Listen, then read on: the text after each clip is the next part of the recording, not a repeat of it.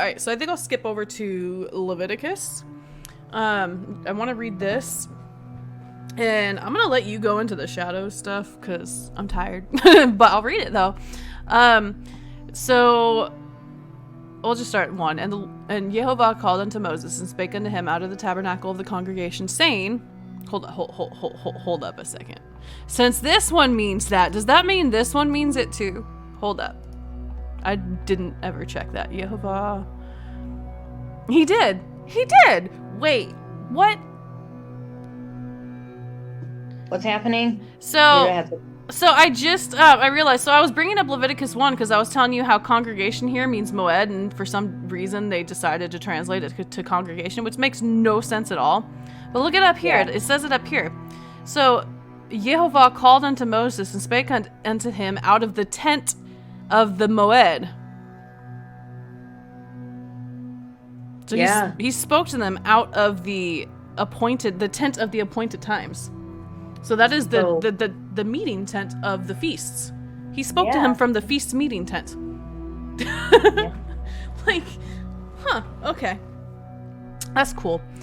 I saw that down here, but yeah. So speak unto the children of Israel and say unto them, if any man of you bring an offering unto the Lord. Okay, so these are offerings. Why would we bring offerings? They're sin offerings, most likely. There are a couple different types of offerings. You can go through Leviticus and find all of them. There's continual offerings. There's a couple different offerings I'm going to get into later, but then there's also sin offerings. So this here would be a sin offering, which there's a couple different sin offerings you may do under different sins. We're not going to get that complicated, but I want you to hear what it says. So, you shall bring your offering of the cattle, even of the herd and of the flock, right? If his offering be a burnt sacrifice of the herd, let him offer what? A male without blemish. A lot of people understand that a lot of these times these sacrifices are a shadow of Yehoshua. So hear how it says, he shall offer it of his own voluntary will at the door of the tabernacle of the congregation before the Lord. Like, just like Messiah gave himself up. You voluntarily accept Yehoshua. You place, and he shall put his hand upon the head of the burnt offering. We put our hand upon the head of Yehoshua, and it shall be accepted for him to make atonement for him. Yehoshua makes atonement for us, okay? And then here, the most important aspect we need to see. Yes, it's of your free will, but where? At the door of the tabernacle, which is the tent, the dwelling place of the moed before Jehovah, okay? So you're offering, you're putting your hand on Yehoshua's head of your own free will at the tent or meeting place or dwelling place of the feasts, okay?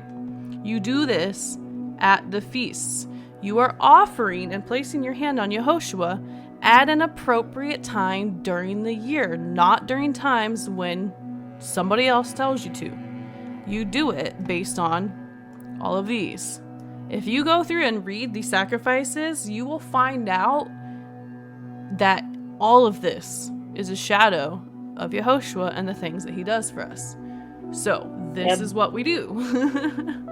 This is what he did for us, and then it's what we do in response. Exactly. It's crazy how it is, because he offered himself willingly to be the sacrifice of his own free will during a moed, right? And then we honor him by, what does he say? Do this in remembrance of me. What does Paul say? Keep the feast, not with, not with the leaven of malice and wickedness, but with the leaven of truth and something else. But yep. So when you're doing that, you're doing an inner work. There's that you're offering yourself willingly to him. You accept him. Then you pick up your cross and you follow him by keeping the commandments. Yeah, he who says he abides in him must walk even as he walked. You do everything he did. Yeah, and even sometimes when you're like maybe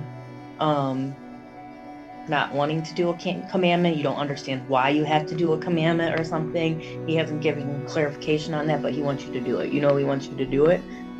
Like, you know it's there, you know it's got to be good for you. There's always like a sacrifice that you have to make. That's picking up your cross and following him, willingly giving yourself. Like, you have to do that in response to your salvation. That is like the fruit of it. You know what I mean? Yeah. And it takes time. There's little steps over time, but eventually you got to get to the Moed part. Like that's, Yeah. I think that's the most important for like hearing him. Yep. I mean, and that's literally what you're commanded if you read Leviticus 1. That is the commandment. If you're going to offer a sacrifice, offer it of your free will, put your hand on his head at the tent of the feast, the appointed times. When God is there, at his appointed time, show up and offer your sacrifice. When the priests were there to take sacrifices, show up and offer your sacrifice on those times that you're supposed to do it.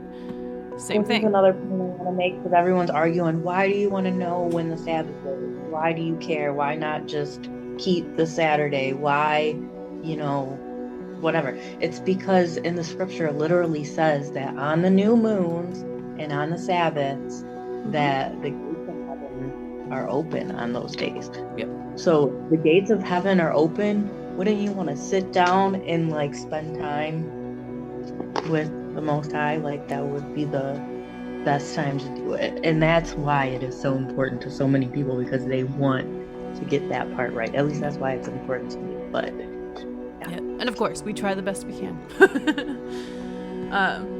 But yeah, just again, if you just take some time to go through your Leviticus seriously, because if you read all of it, you'll realize what it is. It's way more than just what it says. So like right here, and when any will offer a meat offering. So what do we know about meat? It's not milk, it's meat. It's a little more, right? So it's a more in-depth, more meaningful sacrifice. Offering unto Yehovah, his offering shall be of fine flour. The process of getting fine flour is a very difficult one. It's long and laborious. And he shall pour oil upon it and put frankincense thereon. So the oil, the Torah, right? And put frankincense thereon. So we would have to go into, I believe we actually may have done a video on it. We would have to go into a lot here to explain the meaning of the different words, but you can just do a word study. Go into Blue Letter Bible and type in oil and go through and read it from the beginning of its first use all the way to the end, and you'll understand what it means. Okay, that's how you figure out what these mean.